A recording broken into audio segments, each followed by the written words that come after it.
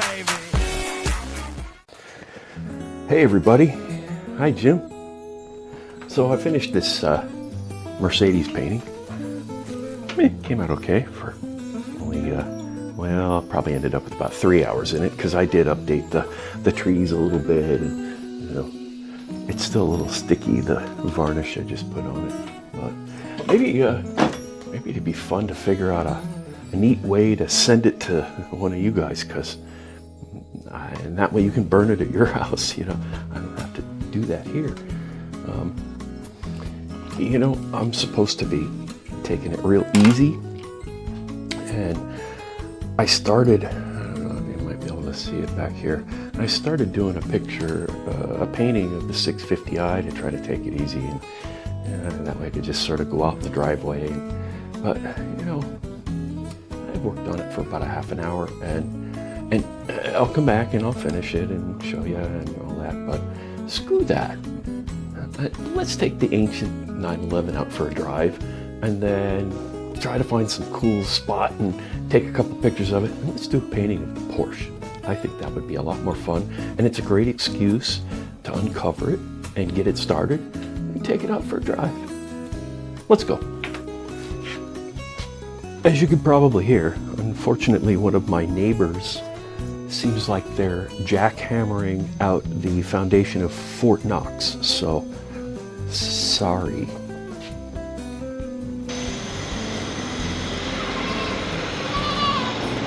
I have to put these on this cover, or else people are constantly knocking on my front door. This stopped a lot of them, but not the really obnoxious ones. They would always be so shocked when I'd put my hand out and say, well, first you got to give me $20. Well, the battery is a little low, of course, so I've got it on a little charger, so I'm going to have to wait a few minutes before we take off on our journey. Well, you know what I should probably do? I should probably start a list of things that this car needs. I'm going to have to get a bigger notebook. You know, I showed you the not for sale signs on the car there. It drives me nuts. I get asked almost every time I take the car out. Someone says, hey, is that for sale? Does it have a for sale sign on it? I will never sell this car. This car is what brought me and my wife together. I mean, how could I ever think of selling the car? I don't care how much it's worth it. Okay, if somebody comes along and offers me, you know, I don't know what it would take. I really honestly don't, because I want to say if it was a stupidly high amount, I'd take it because I'm not crazy, but I don't really need the money. And if I got another one in that same condition for what it's actually worth, it still wouldn't be that car. And that car, it means something. I mean, my wife bought that car before she even met me. It had 210,000 miles on it when she got it, and it had the engine overhauled, and she's since put, well, I helped with some of the ones later, but it's almost 400,000 miles on the car now. This car has been through a lot, and it's been through a lot with us. And I said in a previous video, I did a painting of some Porsches because I always have loved air-cooled Porsches back from when they were new. And I had this 930 and I had this 912E, and I just loved them, and I did paintings of them. And one time I posted one of the paintings online. Let me show you the painting. This one. That's actually taken from a photo that was taken in my driveway. I actually had that 930 turbo, and that was a 77, and then I also had a 76 912E, which is the red one. Had them at the same time. Ah, what a time to be alive. Anyway, I posted this online. My wife, my soon-to-be wife, noticed it and said, hey, you painted my car. she already owned this 82 911, so it was a match made in heaven.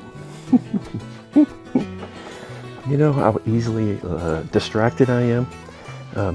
I really do this channel for you, Jim.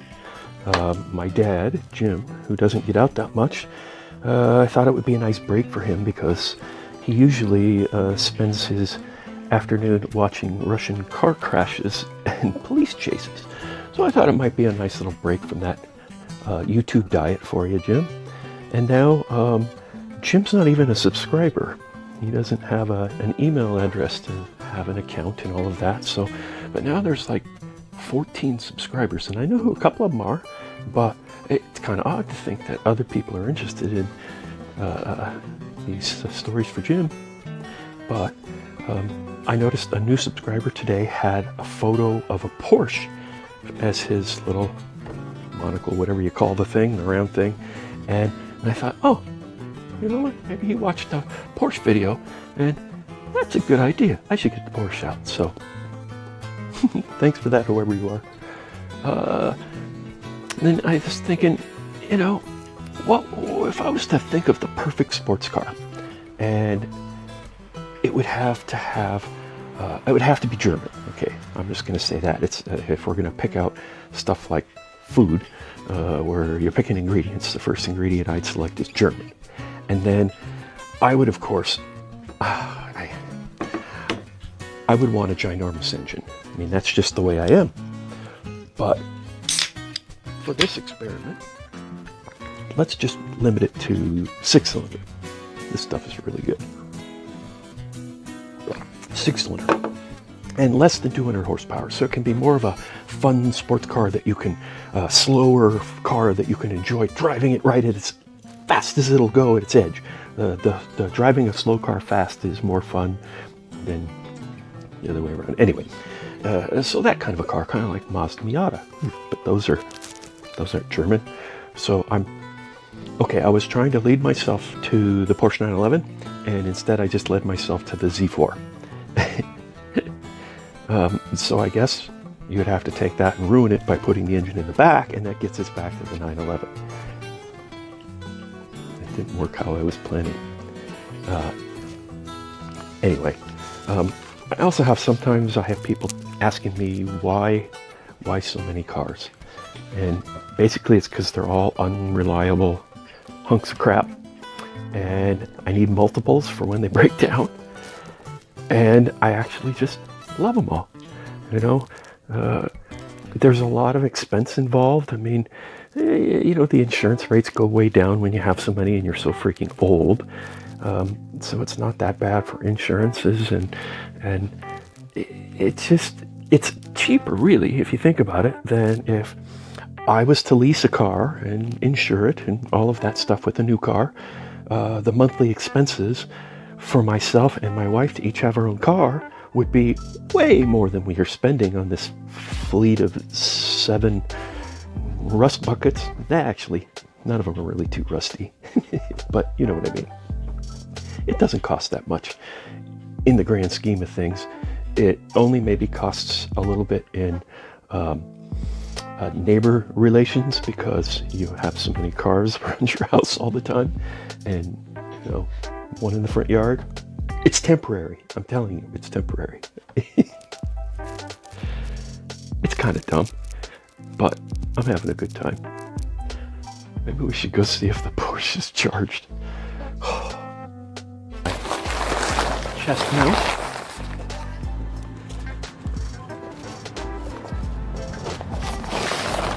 You know, the doctor said I was supposed to be using crutches for the next couple of weeks, and I just don't see that happening. Crutches? Seriously? I might use my cane a little bit, but I don't think I'm going to be using crutches. Nevertheless, I have to. They're just a pain. Have you ever used crutches? They're terrible. Yeah, I gotta sit down easy here. I don't know how much of this you're going to be able to see, because this is my new chest mount. I really have no idea what the camera can see here. But meanwhile, the charger's been going. I hope it's charged enough to start. See, we got neutral. The brakes are set. All good. Uh-oh. That's not good. Okay. Plan B. Okay. Let's try this again.